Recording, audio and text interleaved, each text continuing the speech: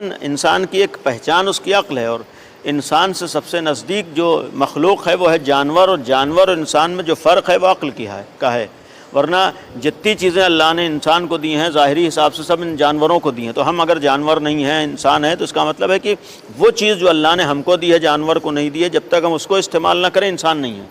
ہاتھ پیر آنکھ کان یہ ساری چیزیں جانور کے پاس بھی ہیں، تو ان کا استعمال کر لینا انسانیت نہیں ہے۔ انسانیت یعنی عقل ہے تو پھر عقل کا استعمال ہو، وہی اگر عقل کا استعمال ہو۔ آج واقعاً قابل غور چیز ہوتی ہے، ہمیں یہ بھی سوچنے کی توفیق نہیں ہوتی ہے کہ بعض کام ہم کر رہے ہیں کس لیے کریں۔ آج مثال کے طور پر بعض جگہوں پر جا کر لوگ شمع جلانے کی ایک مزاج ہے، ایک رسم ہے، ایک عادت ہے۔ بعض جگہوں پر اگربتی جلانا، موم بتی جلانا، ہمیں خود معلوم ہو کہ اگربتی کس لیے جلانا ہے، خالی دھواں کرنے کے لیے جلانا ہے، یا خالی بعض جگہ گندگی کرنے کے لیے جلانا ہے، یا اس کا کوئی مقصد ہے۔ ہمارا دین کہتا ہے خوشبو ہونا چاہیے، خوشبو ہونا چاہیے۔ جو دین کہتا ہے خوشبو ہونا چاہیے، وہی دین کہتا ہے کہ صفائی ستھرائی بھی ہونا چاہیے۔ ہم صفائی ستھرائی کو بھول جاتے ہیں، ہر جگہ اتنی زیادہ اگربتی جلائیں گے کہ یہ بھول جاتے ہیں کہ مسجد ہے گندی ہو رہی ہے، مصلی ہے خراب ہو رہا ہے، جل رہا ہے، جس جگہ پر عبادت ہو رہی ہے وہیں پر بعض لوگ جا کر ایسی چیزیں ایجاد کرتے ہیں کہ آدمی کو تعجب ہوتا ہے۔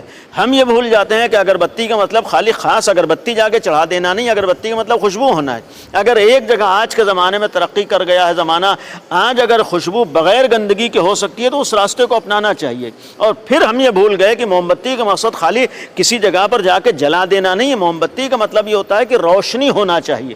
جب دن کا اجالا ہے، خود عقل جیسی نعمت ہم سے کہتی ہے کہ بھائی جب دن جیسا اجالا موجود ہے تو اس دوپہر میں بعض جگہوں پر موم بتی جلا دینا، یہ سوائے عقل سے دور ہونے کی اور کیا بات ہو سکتی ہے؟ بھائی اللہ نے ہمیں عقل دی ہے، اللہ نے ہم کو سوچنے سمجھنے کی صلاحیت دی ہے، اللہ نے ہمیں فکر دی ہے، اور اتنا یقین ہے کہ بعض جگہوں پر جو لوگ جا کر دنوں میں موم بتی جلاتے ہیں وہ کوئی ثواب کا کام نہیں کرتے بلکہ گناہ کا کام کرتے ہیں۔